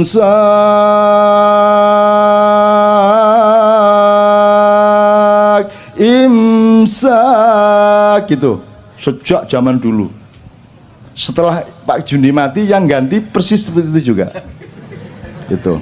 Jadi di Jogja itu banyak sosiologi atau gejala sosial yang kita perhatikan dari loudspeaker masjid. Jadi kalau di masjid itu ada pengumuman bapak-bapak, ibu-ibu, innalillahi wa inna ilaihi rajiun telah meninggal dunia, itu berarti Pak Walikun yang mengumumkan. Kalau sudah dengar mulai bapak-bapak, Pak Walikun berarti Anda mati. Begitu ada dengar suara Pak Walikun berarti ada yang mati. Sampai pada suatu hari bapak ibu-ibu loh, kok bukan suara Pak Walikun, berarti yang mati Walikun. Loh, nyeneng no, hidup itu nyeneng. Dengerin gitu tuh aja sudah seneng kok. Biar gubernursinya siapapun itu. Tapi Anda tuh juga jangan terlalu apa tuh efektivitasnya Anda anti Ahok di sini nih. Oh, ini cuma orang-orang lemah kiri-kiri gendut-gendut. Apalah, Anda ada pengaruhnya lah di sini. Ini tidak ada pengaruhnya sama sekali. Anda anti, Anda pro, tidak ada pengaruhnya. Dan negara itu adalah tatanan yang sudah ada sistemnya, ada lembaganya, ya. Dan ini sama sekali tidak ada urusan sama negara sebenarnya. Negara itu punya legislatif, yudikatif, eksekutif, dan semua mobilisasi atau semua sistem yang dijalankan itu kan berdasarkan 3 lembaga dasar itu. Sehingga kalau ada sosialisasi di masyarakat pasti berasal dari 3 itu. Nah, KJ bukan. KJ ini bukan bagian dari sistem negara. Cuman dia selalu ada karena cintanya melebihi pengurus negara kepada negara. Kan begitu. Mereka kalau kumpul harus ada uang honor, kalau kumpul harus ada SPJ segala macam. Ini enggak. Kumpul enggak jelas. Jadi jangan pamer cinta di sini, karena di sini cinta sudah tidak diomongkan lagi. Cinta sudah menjadi diri mereka. Demikian kita. Kira-kira. Artinya Mas, ya enggak apa-apa, saya oke-oke saja Anda mau anti mau pro, tapi ya enggak efektif. Oh, iki ya sopo arek-arek ya enggak lah. Gitu. Ya aku ndak anti, aku lapo anti-anti. Gitu loh. Antimo tak. Dari dulu kan saya sudah ndak setuju. Lah yang dulu milih siapa? Lah kok sekarang sambat ke sini? Lah yang milih Jokowi dulu siapa? Lah kok sekarang dibicarakan di sini? Kita di sini syahadatnya jelas. Allah, Muhammad, yang lain nanti dulu. Kan begitu? Kan jelas. Kita ndak ganggu, silakan mau kamu ambil, mau kulum, kok emut, kok kerakoti, ya karepmu. Tapi kalau kita disuruh mengakui itu urusan lain. Gitu loh. Kalau yang diakui itu sudah cetok, bojoku tak akoni, bapakku tak akoni, Gusti Allah tak akoni, Kanjeng Nabi tak akoni, anakku tak akoni, ya toh, konco-konco tak akoni, liyane kok sih. Nanti dulu. Apamu? Apaku awakmu itu? Kok aku kudu ngakoni awakmu? Kan gitu. Jadi aku ya seneng-seneng ae ngrungokno cacakne, ya seneng-seneng. Tapi ya gak ono gunane ngomong-ngomong ngene. Tapi wis ya, tapi jadi ini yang namanya kenduri cinta loh. Kita ndak anti, kita cuma ngomong kok. Jadi tak tambah dikit ya. Ini puasa belum selesai loh ya. Ini puasa belum. Artinya saya ngomong puasa belum selesai. Oke, kita belok ke sini sedikit, sekedar untuk referensi. Jadi iblis itu dulu kan gelisah. Loh, ini Adam, kata Allah kan diciptakan sebagai khalifah di bumi. Kan gitu. Inni ja'ilun fil ardi. Lah kok ditaruh di surga? Siapa ini? Siapa yang naruh di surga? Bener nggak? Kan di bumi. Kok di surga? Yang cemas malah iblis. Aneh toh. Jadi yang taat sama Allah sebenarnya siapa? Bingung tak gak kon ya. Nah akhirnya iblis berusaha bagaimana caranya melakukan subversi untuk masuk surga, berusaha supaya membawa Adam ke tempat yang seharusnya. Kan begitu, sesuai dengan pilkada dan hasil-hasilnya. Kan gitu. Nah, ternyata begitu dia mau masuk surga, ada naga sangat besar. Wah, ini ngelawan naga agak lama juga ini. Akhirnya si iblis pakai ilmu sirep. Terus si ininya ngantuk, naganya terus menguap. Begitu naga menguap, iblis masuk mulutnya, bleng. Terus dia lari pagi di dalamnya, cukup, menunggu si naga nanti beol. Terus dia ikut tainya. Begitu keluar, ekor naga itu ada di dalam surga. Oh no, baru dengar. Oh, saya juga ngarang kok ya. Loh, tapi silakan bantah kalau bisa. Terus begitu masuk surga ternyata ada pasukan lain. Pasukannya tuh burung-burung, terutama burung-burung merak. Tapi itu dah tidak saya ceritakan. Pokoknya intinya sampailah dia ke Adam. Emang Adam makhluk bodoh sehingga bisa dipengaruhi iblis? Kan Allah mengatakan inna khalaqnal insana fi. Adam lebih unggul apa lebih rendah dari iblis? Lebih unggul. Ahsani takwim, dia sebaik-baik ciptaan, masterpiece-nya Allah. Masa bisa dipengaruhi iblis? Terus digoda iblis? Ayo, nggak bisa. Upama saya aja nggak bisa kok digoda iblis kok. Cuman iblis ini pinter, dia pernah kuliah di IKJ. Jadi iblis menciptakan kostum persis seperti malaikat Jibril. Terus dia pakai, pokoknya penampilannya persis Jibril sehingga Adam, wahai Baginda, ada apa gerangan? Baginda menemui aku, gitu kan? Terus diterima oleh Adam karena yang datang menurut Adam itu Jibril. Terus si Jibril palsu ini tidak menjawab, dia cuman menyeret tangannya Adam untuk mendekati sebuah pohon. Nah, di situ kesalahannya, wala taqraba hadhihi syajarah, jangan dekati pohon itu, kata Allah. Maka karena dia mendekati pohon itu dihukumlah Allah sehingga kemudian Adam dipindah ke bumi, kan begitu. Terus disimpulkan oleh manusia di dunia, berarti di surga itu ada pohon yang tidak boleh didekati, itu disebut pohon terlarang, gitu ya. Betul? Pernah dengar pohon terlarang? Saya bilang, kalau di surga ada larangan aku mau rono aku. Surga tidak ada larangan dong. Tidak ada pohon terlarang. Pasti harus ada analisis yang lain, bukan pohon larangan. Loh, kalau di surga ada larangan namanya bumi. Ini jangan, itu iya, sengsu jangan. Ngerti sengsu? Oseng-oseng asu.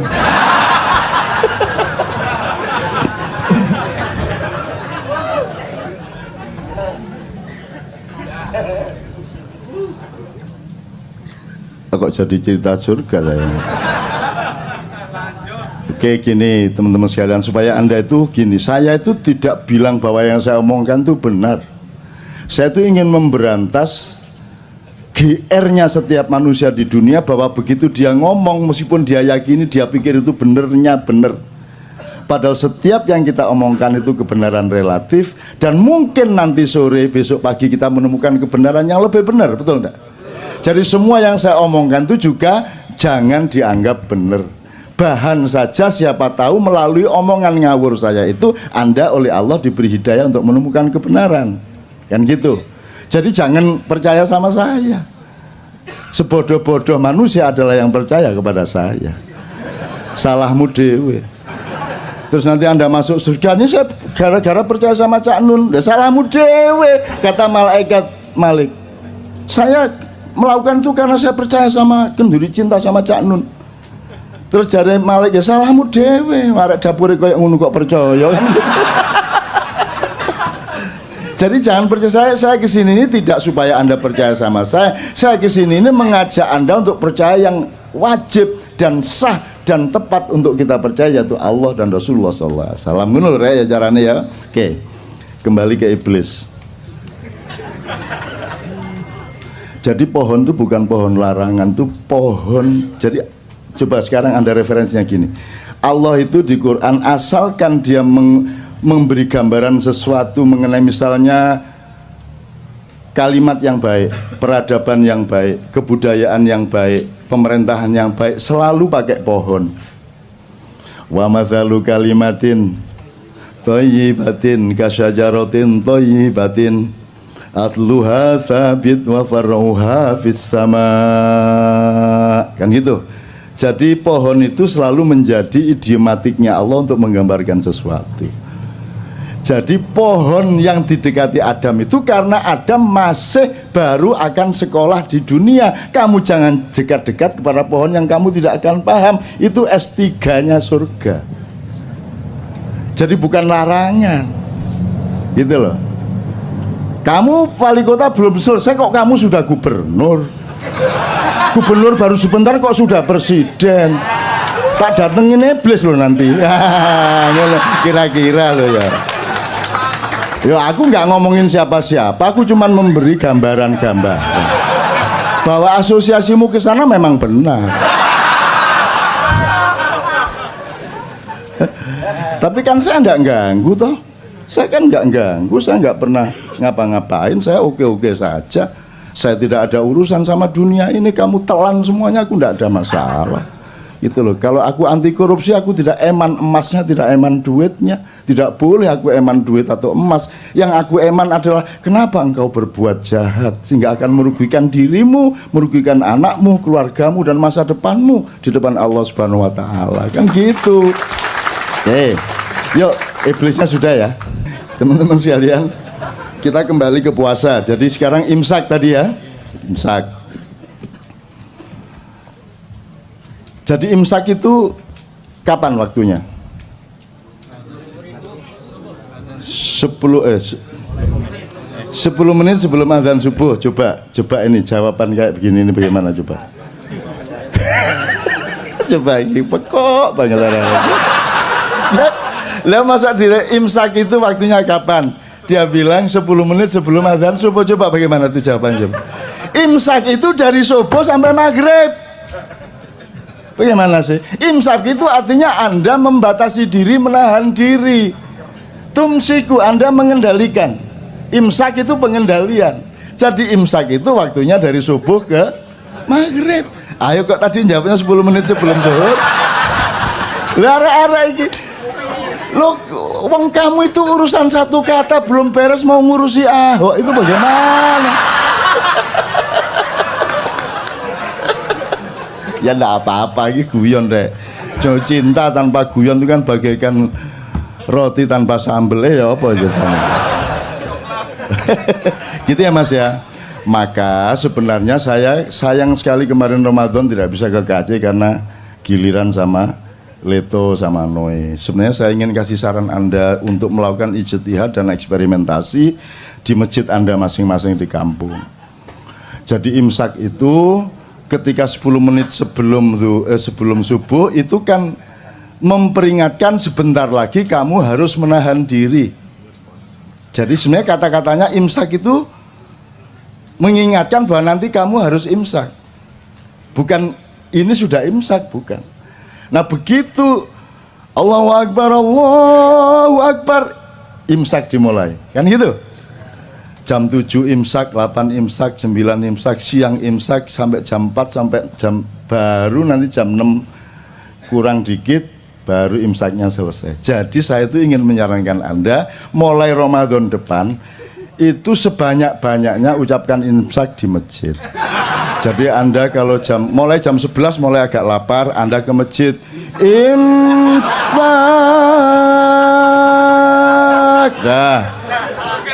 3 kali gitu ya. Terus nanti jam 1 udah lapar-laparnya itu.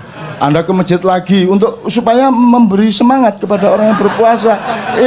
Imsak itu sana. Terus jam 3 itu juga sudah mulai wah buka masih lama gitu.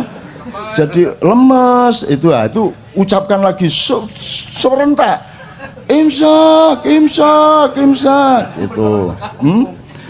Ya kira-kira orang sekampung keluar semua dibawain cangkul ndasmu dipakai. Padahal benar nggak yang Anda lakukan? Benar lah, makanya kebenaran di depan atau di tengah orang yang tidak mengerti kebenaran itu akan menjadi keburukan. Kan begitu.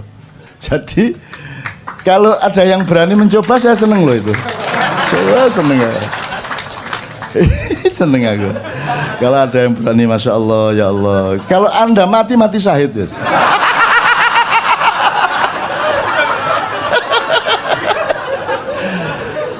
Oke, dah kita selesaikan soal hari raya dan puasa ya. Puasanya masih banyak. Saya banyak nulis tentang puasa akhir-akhir ini juga. Saya juga punya buku yang kemarin sangat diandalkan di toko buku itu, dan Tuhan pun berpuasa. Terus Lailatul Qadar, dikit aja ya. Ada yang kemarin dapat Lailatul Qadar? Menurut Anda Lailatul Qadar itu apa, Mas? Lailatul Qadar mada apa Lailatul Qadar itu kira-kira? Coba Fami. Lailatul Qadar piye mi? Coba mi. Kalau di Al-Qur'an Lailatul Qadar itu malam turunnya Al-Qur'an, ja. Terus kok orang pada nunggu Lailatul Qadar? Mungkin karena mereka mendapat informasinya lebih mulia dari 1000 bulan. Nah iya. Terus mereka kan bayangin dapat Lailatul Qadar itu dapat rezeki banyak, dapat uang 5 gebok, dapat lotre, ditelepon suruh jadi menteri, gitu kan? Lailatul Qadar gitu kan? Tidak ada yang namanya Lailatul Qadar diturunkan dari langit. Yang ada Quran diturunkan, dan ketika Quran diturunkan maka malam itu menjadi Lailatul Qadar. Jadi Lailatul Qadar itu tempatnya, wadahnya, momentumnya, bukan barang yang turun dari langit. Yang turun dari langit adalah Al-Quran. Lah kok kamu menunggu Lailatul Qadar, wong Quran udah turun dari dulu kok. Kan itu ya apa karepmu? Kok nunggu ini malam ganjil loh, ini Lailatul Qadar. Lah Qurannya udah turun dari dulu kok. Kok kamu tunggu? Iki sebenarnya bagaimana pengertiannya ini? Sudah dari dulu Quran turun kok. Kamu belum lahir Quran wis jangkep kok. Kok kamu tunggu Lailatul Qadar? Ayo piye pengertiannya? Ayo coba, Mi.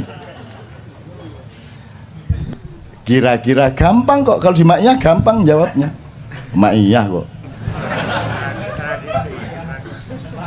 Begitu Al-Quran entah satu biji ayat, entah satu biji pemaknaan, hikmah atau apapun kamu pakai dalam hidupmu, berarti dia turun di dalam jiwamu, maka itulah Lailatul Qadar.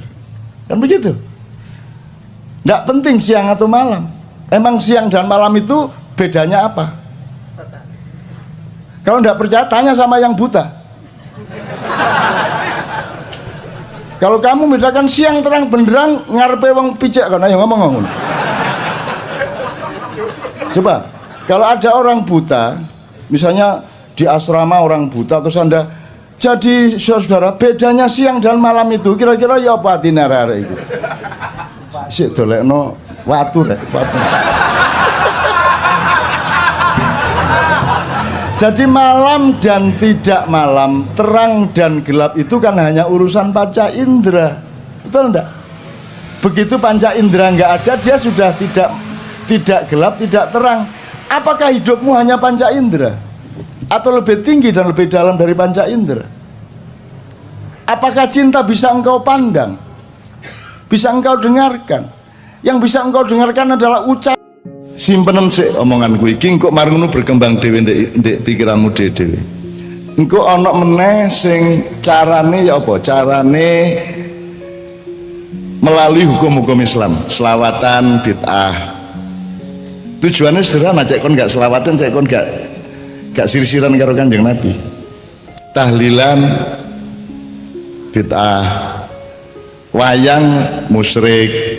Pokoknya segala sesuatu yang kira-kira mendekatkanmu kepada Rasulullah SAW ikut didolek-dolekno perkara cek gak oleh. Ceritane ngene iku. Terus di Arab dhewe engko nek iki diterus-terusno, mene-mene Mekah Madinah iso dikuasai oleh Israel dan Amerika. Sebab sekarang ini ada trio bebek global. Siji Saudi, loro Israel, 3 Amerika itu kerjasama. Jadi harap Anda tahu bahwa Arab Saudi dan Islam itu tidak sama. Yang berkuasa di Arab Saudi sekarang bukanlah turunan Rasulullah SAW, tapi turunan orang-orang dari suku Yahudi. Sing turunan Kanjeng Nabi ku mek nyambut gawe angkat-angkat di Masjidil Haram kan di Masjid Nabawi ku tok. Ya. Dan mereka tidak pernah membolehkan selawat di seluruh negeri Arab kecuali di satu rumah tok ada di Mekah. Itu pun sekarang sudah mulai tidak disubsidi dan tidak jalan lagi. Kabeh kiai-kiai Indonesia mesti runu nek nang Mekah. Iki meneh ya silang. Meneh nek kendel gamek Baitul Maqdis sing dijupuk rek. Meneh Ka'bah iku diuyui itu kon ndukur. Diuyui maksudnya apa? Kon ro ya. Nek di Amerika di Washington itu tidak boleh ada gedung yang lebih tinggi dari apa rek? Dari WTC di New York, wah kon nemen rodokan iki. Washington itu ibu kota Amerika tapi kota terbesarnya New York. Itu WTC di situ. Nek WTC Surabaya hidup kali kok ya. Ya, nek di Washington jenenge gedung putih White House. Dalam radius 5 km dari gedung putih tidak boleh ada gedung sing luwih dhuwur teko gedung putih. Mulanya aku nek di Jogja iki aku selalu tersinggung bendino nek lewat kantor pos, sebab kantor pos iku biyen gedunge londo, saiki dadi BNI kantor pos dan pokoknya gedung-gedung apik-apik londo iku dukur ngadep ngalor terus ana Malioboro, mburine ana alun-alun karo keraton. Keratone sakene, gedung londone sakene, kadek ndek dibokongi. Keraton iku dibokongi ndek mburine silite londo iku, Man. Dadi aku anggere liwat kuno muangkel aku. Cuman sultane dhewe gak mangkel iso apa meneh aku katene. Mangkel ngijeni aku. Nek wong Jawa lah gak oleh dindas-das ya, nggih ta, Mbok? Oleh tagak kon bapakmu lungguh terus kon liwat utawa kon ngadeg ndek ngarepe oleh tagak ndek Jawa iki. Masih gak sekolah wis, gak usah TPQ, gak usah pesantren, oleh tagak ndek keluarga Jawa. Gak oleh bapak lungguh ndek kene terus kon bokongi bapakmu gak oleh. Itu adalah dasar martabat manusia. Ya. Ikra apa namanya? Birrul walidain. Itu diterjemahkan ke Jawa seperti itu, ngurmati wong tua gak oleh kok bokongi. Bahkan wong Jawa sesama manusia gak oleh ngendas-ndas sirut. Gak oleh kon nyekel ndase kepethuk tanggamu terus wak lurah ya apa kabar lu kok cekel ndase. Langsung disodok kon ya. Kita mboten. Ini mulai batal ketika ada sepak bola liga-liga itu. Sebab nek bal-balan mari nyelentang terus diparani terus cekel ndase. Tak ngono lah. Karena itu budaya Eropa, budaya Arab masuk ke sini. Nah, kita sekarang mulai kehilangan ukuran harga diri kita sebagai bangsa Indonesia dan pemerintah juga sangat tidak menyadari hal itu. Maksud saya pemerintah menengah dan atas. Nek nisor-nisor gak ada masalah. Mulanya aku meh bengi jejer karo Wak Lurah, karo Wak Danramil, Wak Kapolsek, Babinsa, Wak Camat gak ada masalah. Kalau di bawah ndak ada masalah. Sing masalah iku di tengah-tengah karo di ndukur kono iku. Iku wis duduk wong Jawa, wis duduk wong Islam, wis rodok duduk menungso. Kadang-kadang bedes, kadang-kadang kerek, kadang-kadang wedhus. Kadang-kadang macan, nek pas kuasa dadi macan, terus wedhus-wedhuse daftar cek iso oleh melok macan, nek wis melok macan dhek ya dadi macan, begitu di reshuffle dhek dadi wedhus meneh. Pokoknya jadi Indonesia ini nek gak penduduknya loro, nek gak macan wedhus. Nek gak perampok pengemis lah ngono. Nek dadi pengemis terus daftar cek iso oleh ngerampok lah ngono. Gue nek wis gak iso ngerampok ngemis lah ngono. Pokoknya diwolak-walik iku tok. Ya, cok mure-mure ngancane ngono iku. Ya. Oke, saya kembalikan ke Rasulullah. Kan nek kon umroh saiki Ka'bah iku kiwa tengene apa rek? Ono hotel tau ukur ya. Dadi kon ngidoni Ka'bah iso. Masih gak kenek tapi lah statusnya wis ngidoni awak. Nggih ta mboten? Nek perlu diuyui. Nek gak iso langsung ngetor ya di selang ya iso. Pak Lurah malah duwe ide ngeselang dari sampean iki katanya di kantor kelurahan ini ana selang gawe ngoyo katanya. Kadang buntu jarene ya. Kalau saya jadi pengurus Masjidil Haram gak oleh 10 km gak oleh ana gedung sing ngendas-ndasi Ka'bah, sing nisori Ka'bah, mbokongi Ka'bah, nguyui Ka'bah, ngidoni Ka'bah. Tapi sekarang dengan gak sampai 200 meter wis ana gedung wukur. Dadi nek wong kafir tekan ndukur ngene. Gitu. Lah jangan gampang ya. Nah.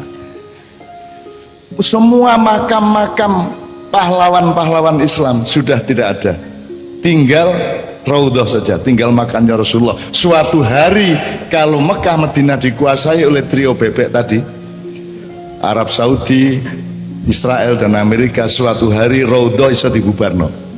Nek wis Raudhah dibubarno, nek wis Ka'bah dikuasai mereka, berarti kita masuk ke perang dunia dan perang salib atau perang sabil kedua. Ngene ya. Makanya Indonesia saiki dadi sasaran mergo Indonesia iki gak iso diapa-apakno. Nggone ado areke melunat-melunat. Ketoke yo ngombe toak tapi nek selawatan yo gelem. Ya ta gak? Pokoknya di Jawa iki bingungno wong sak donya. Nek wong Madura iku sembahyang itu kewajiban saya kepada Allah. Kalau minum arak itu hobi saya. Pokoknya karo-karone oleh. Aku lah bingung no. Jadi nek ditelok sehari-hari arek-arek iki kan diarani Islam ya gak tape. Tapi nek bengi didelok lho oleh wiritan ya temenan. Lah ngono ya. Kendel uripe mergo bondone bismillah.